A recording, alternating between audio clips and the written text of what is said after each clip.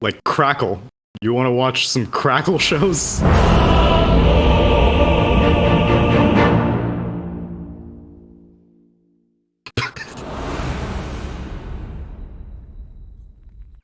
I will dispose. You think WePlay's gonna be paying you from Twitch Primes? Now I feel better. Oh, that's not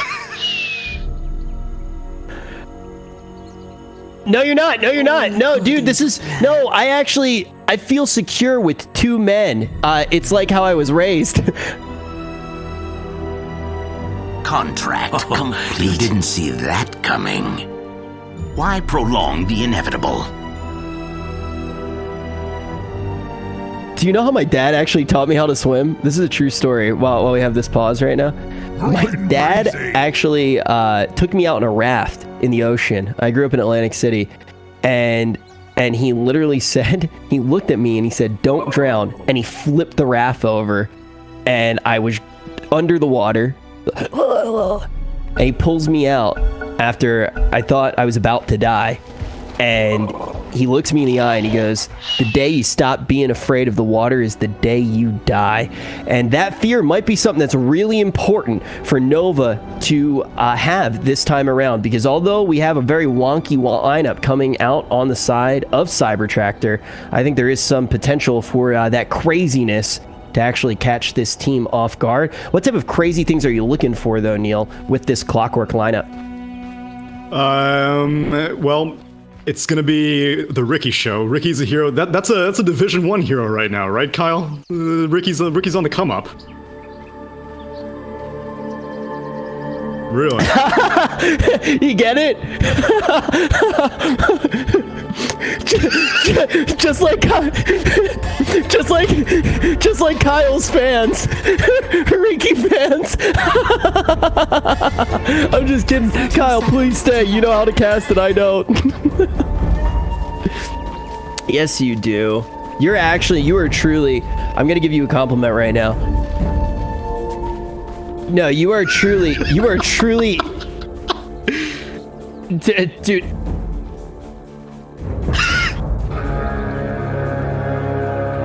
Wait, but that's not even a compliment. That's just a guilt trip. No, and dude, by the way, you still let me down in China. But the thing is I truly do think, though, that you are a fantastic caster and a fantastic analyst. I really do. You're almost as good as Sin at both. And Neil, I think you're legitimately the funniest guy in Dota. And I think that you're one of the only people that can both be funny, be analytical, and also be a straight man. It's a very hard thing to do. And you make it very hard for me to be a straight man as well, Neil. It's the comedy duo aspect of it. No other... Well, yes, technically the other aspects also, but mainly the comedy aspect. This OD, going a little bit OD here, that means overdone in New York slang, as he keeps on piling on the pressure onto that Necrophos, who has a truly beautiful skin here. First thing that I noticed. I think you do have a positive influence on Kyle. It took me like 7 minutes to get him to cast anything in game 1. I actually didn't know how to move the camera around. It was actually like... Well, okay, but no, chat does the thing. Yeah, chat does the thing every time when you go to direct to camera, where they start posting that tours thing or whatever with the camera. And I don't even fully know what it means, but I didn't want to be that guy, and I definitely don't want to be this bristleback as he gets pounded by a tree here. That wood too hard for him, but the bristleback going to be tanky enough to survive here. Not going to be made a joke of. Not going to be first blooded as he keeps on keeping a little bit of pressure in this lane. This is a common misconception. You can't activate directed cam whenever you're in the lobby. Directed cam works based off of the delay, and you can watch it when you're spectating, but when you're actually in the lobby, you know, the computer doesn't know. It doesn't know where the action's gonna be. That's the one thing. That's the one thing we have on computers right now, Rich. They can't replace live observing quite yet. They're getting there, though. They're getting there. In a lot of ways. Trust me, they've gotten me there before, too. Riki looking for a little bit of pressure here. Gonna move back. So talk to me about Riki. Tsunami, how do you actually use Riki in a lineup like this? Yeah, so I don't really know what the laning situation is. Like, at first, they brought the Clockwork down bot. He TP'd to the bot tier 2, tried to go for a first blood, failed, sapped some of the experience from the Riki, and now it's just the Lich supporting him. Obviously, Lich has been paired up with a lot of these melee cores that have quick gap-closing abilities, like the Phantom Assassin, the Riki in this case, just to be able to take advantage of that Frost Shield. Personally, I'm still trying to figure out why Riki is so popular, which I am seeing quite a bit. He's doing really well in the laning phase, and just like this, he might be able to find the first blood here as well. We are going to see it very close. Hit me.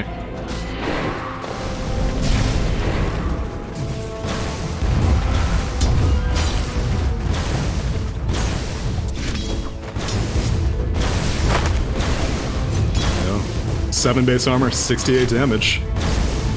You want some of this, eh?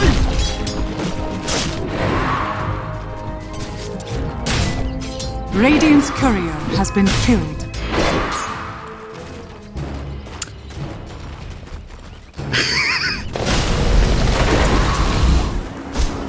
Hey, Kyle. It was a lot of fun. Thank you for giving me a chance to, well, not even thank you for giving me a chance. Thanks for pushing me a little bit to get me to try to do this. Radiant structures are fortified. Okay.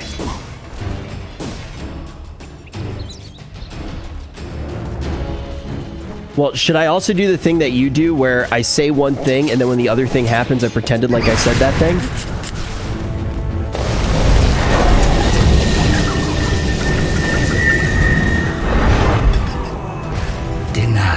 Are you telling me to gaslight Twitch chat? You disgusting pig?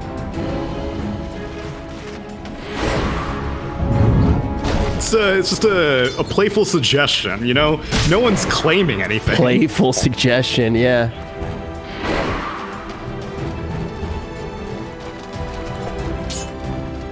And then the next thing that you would usually say, you go, man, Axe just completely got bodied in the laning phase. I knew that he was done and dusted the second that I saw the first 10 minutes of the game. Yeah, I get it. Yeah, this is easy. And now pretty soon, I'm going to be Sin, dude. Pretty soon, I'm going to be Sin.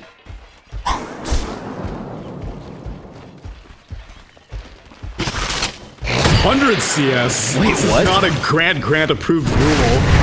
I switch at 10 minutes every single time. No, he's not. That's why the stream keeps dropping, because I am not a streamer by trade, unlike my boy Rich here. Yeah, strange. That should help. Kyle got sucked away for his first time ever, and no longer going to be a part of the stream. But it looks like, I was going to say, it looked like no longer was Bristle going to be part of this fight, but he's going to be able to get out. Bristlebank already really tanky as he hits level 5. Tramp pushed him out of lane just a little bit. Yeah, the hardest part of the laning phase is pretty much over for Bristleback. He has opted for Appointment's passive. Sometimes if he thinks he can be a little bit more aggressive, he doesn't even need the passive. It's now, now's your chance maybe to, no, it's gonna be okay. I was really looking forward to him dying, and then you provided the, wait, he's going back in. He's going back in, but it doesn't look like he would be the one who's dying here, trying to close a little bit of space, but it looks like everybody's going to be safe for now. What are we looking for with the Clockwork? I haven't seen a Clockwork game in a while. I know he's been he's been around. He has been around, and he's kind of on the come up as now this Rubik trying to get him some ankle breaking, but not going to happen. As Riki does decide to finally join the fight, as he has hit level 6 now. And they potentially want a little bit more, as we do see the Axe manage to get away without too much of the problem. Clock still in pursuit for just a little bit longer. Getting up behind him, gonna actually initiate for just a little bit here. How much are they gonna chase this Axe? He's super tanky, and these are 2 supports. It's a level 2 Lich and a level 3 Clockwork. I'm actually surprised that they're even pursuing this aggressively.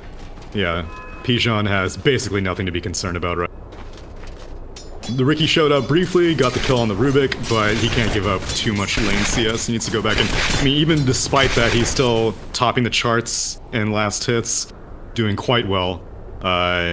Meanwhile, the mid lane is like surprisingly necro favored. I guess this is a very like matchup. Like you need to know how to play necro mid to be able to pull this off. You need to basically just stand on the enemy high ground for the majority of the time.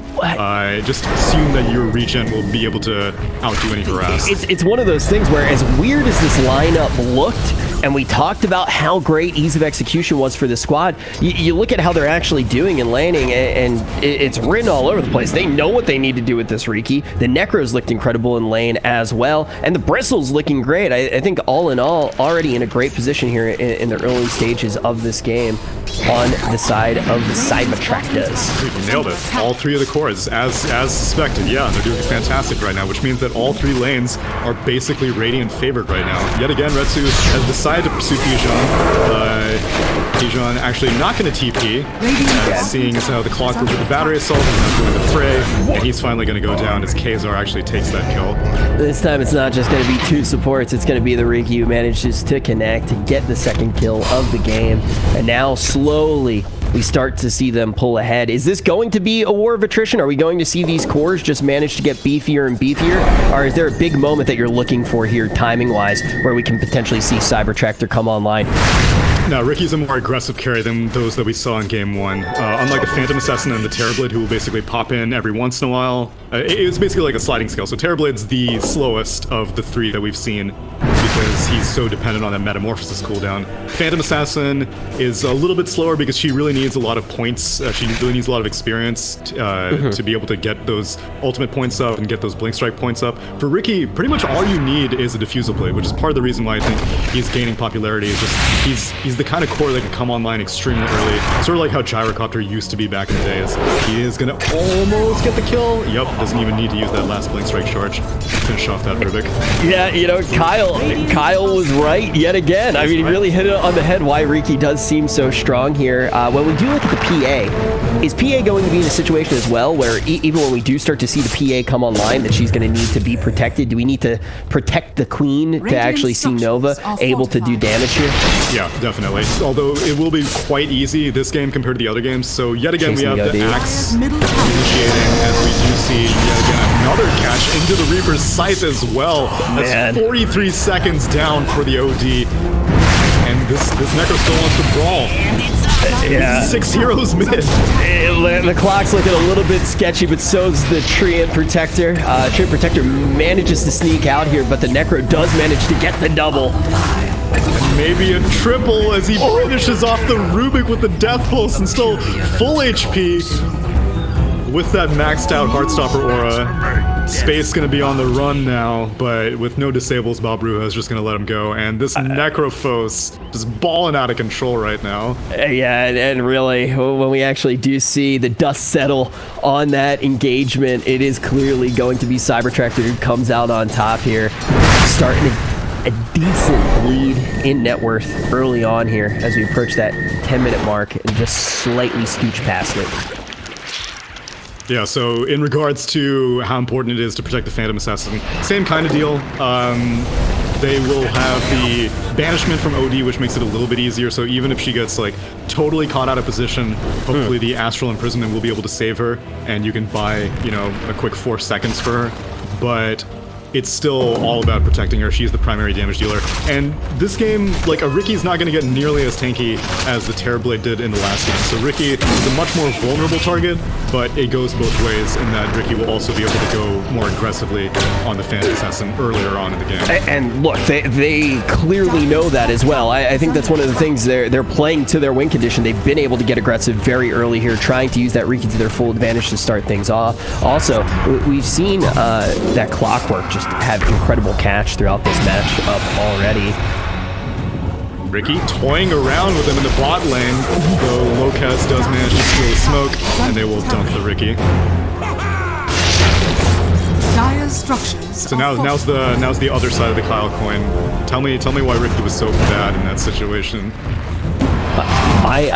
Oh yeah, wait. Okay, and this is exactly why I said Riki is really bad. You know, yeah, people like to talk about how much initiation he really does have, but just look at he's the squishiest boy on the dance floor. You're absolutely right, Rich. I mean, we see what happens. You get this experience advantage and you just give it away just like that. Now Phantom Assassin level 10. And now, and now this Riki, he's just such a vulnerable target now. When you have this PA that's easily insulated by that OD, can actually just banish out the other targets. Clock going to try to keep that OD in place to even the scale. The whole party comes to town. They are going to be able to finish him off. And once again, it's this Necrophos getting huge. Now, are we going to be able to chop down the tree as well? Bristle staying right up on the roots of the problem, taking him out. Good call. Yeah, that tree walking tree and protector gets a little bit over aggressive and ventures back into the quill spray territory. Goes down to the bristleback, and Radiant going 8 and 3. Really, the only vulnerability has been the Riki so far. Isn't Rich the caster with the lowest MMR? Yes, I've set a record. I have definitely set a record. If only this was a DPC event, I think you would probably break the record for lowest MMR PC caster. Dude, I've definitely broken a record by casting right now. There's no way I haven't. Yeah. You probably have. I'm trying to break it. I'm trying to break everything but the TOS, and that's why I have the tape on my nipples right now. You can never be too careful. You can never be too careful. An honest accident. An honest accident. They happen. They happen. Save my queen. Hope she hears this. As we do see the tower getting pummeled upon by the squad. Axe is going to make it, but is he going to be able to mitigate this damage? It looks like the answer is going to be no. A little bit of harass coming out here from the Bristle. OD going to make it to the lane as well, but it looks like they're just coming to see this tower fall to the ground. But they are able to finally push them off just a little bit, as we do see the Rubik make it here as well. Yeah, Tree and Protector with 3 points in living armor, definitely making it kind of difficult to chip down this tower. And Pijon constantly being able to draw Creep Aggro off. I mean, it's taking a lot of work, but... Hey, they slowed down the pressure. Nobly slowed down the pressure there, and it seemed like that was the best that they could do, but what do you actually do with that time after you get it? And now a big clash coming in from that clock. Talking about time, they're going to have nothing but time on their side. OD going to be able to scree out of here. But very big plays coming consistently out of the side of Cyber. Not going to be the biggest fight ever, but when you get the axe out of the equation, now you can actually create pressure on the map. Yeah, you get a little bit of gold, but getting that pressure on the tower is something that's going to be able to have them ramp it up. And after almost a 2-minute siege, they finally take down that mid-tier one. It took a glyph and like 5 casts of living armor from the Treant, but they ultimately did it after they were able to pick off that axe, as you said. And why does everything in my life end so quickly? First cast, looks like it might be a quick 2-0. I'm not going to go into the other things that didn't last as long as I wanted them to, but now it looks like this Riki might not actually last as long as it wants to either. They find him out of place. They're going to be able to take him down. How big is a pickoff like that going to be? For a Riki, it would have been pretty significant, but thankfully it was just the Lich. It was just the Lich that actually went down there. Yeah. I thought the Riki went down there, and I was like, whew. The glance value, I'm telling you. I mean, like, you can barely even see him on the map. I don't blame you. Although, now Retsu has completed the Diffusal Blade, so if anyone's going to be doing the killing, I think it's going to be the Riki on the Nova enemies right now, as he's looking for an opening right now. He does not see Space, who's blurred out. She's going to send the Nether Shawl back to base, and looks like she's going to get out of this unscathed. Instead, it might be on the mid lane that we're going to see the majority of the aggression come out. Threatening, sees 2, puts down the Diffusal Blade, catches the OD, goes into the tricks, gets some Viscous Nasal Ghoul on him, Overgrowth threatened, but it's too late. The Scythe gonna finish off the Rubik for a whole 50 seconds, while Kovnic's just gonna run up the high ground. The Chain Frost gonna be popped to see if it bounces back to him. You don't even need it. Riki, with that Blink Strike range, finishes him off. Now they're gonna go up top, where Pijon gets caught out by Savage. Smoke Cloud goes down, a couple of backstabs, and Pijon likely going to die. No spins here, as those are all dire creeps. And Retsu gets a double kill. Man, this graph is going up higher than my hairline at a much quicker rate, which is impressive because I only got about a year of hair left, and it looks like they got less time on this earth on the side of Nova if we are going to see CyberTRARTOR able to keep on moving like this. What are you looking for, though, right now? How do we see Nova stem the bleeding? They need to accelerate this PA's form.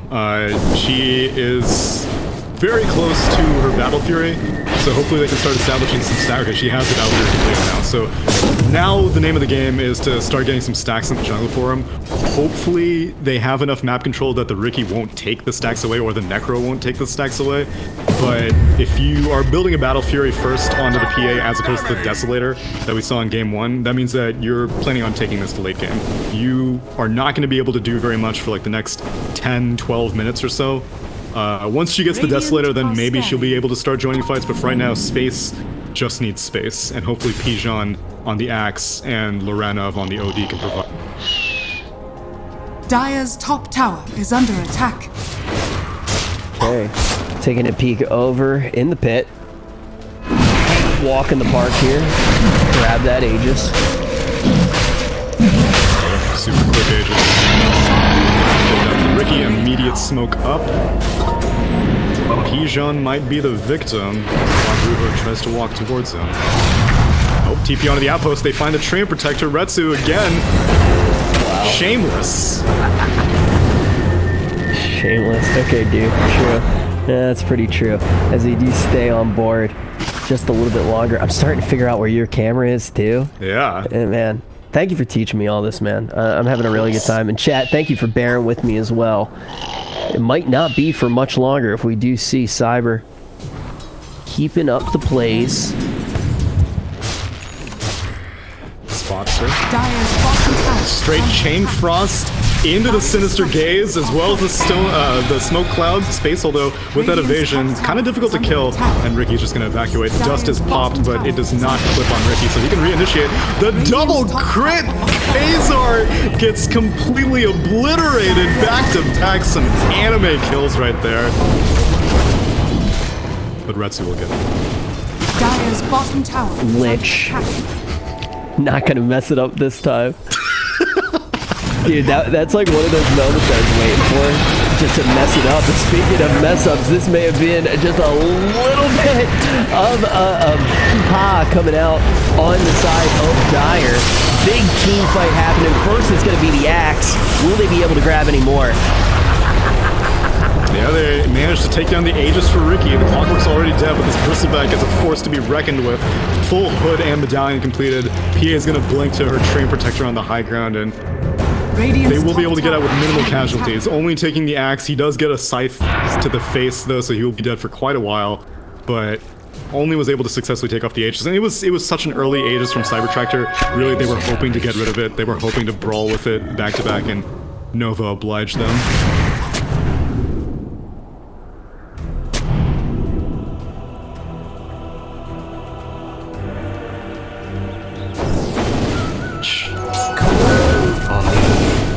Reading chat.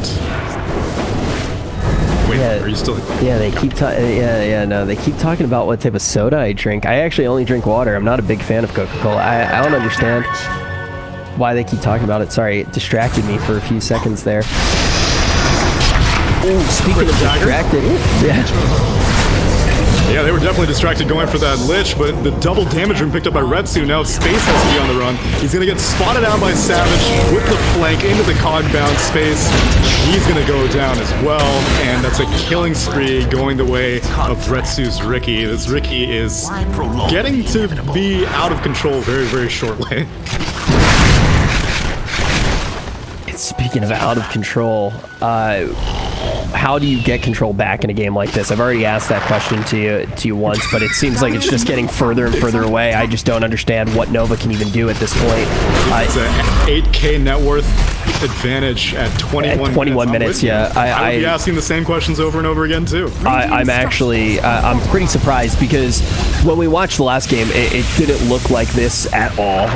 Yes, we did see CyberTRARTOR come out on top, but they had an easier lineup to execute on. Nova did a pretty good job as well with those difficult combos to pull off. Yeah, they weren't able to get the victory, but they had some pretty big moments where they made a believer out of me.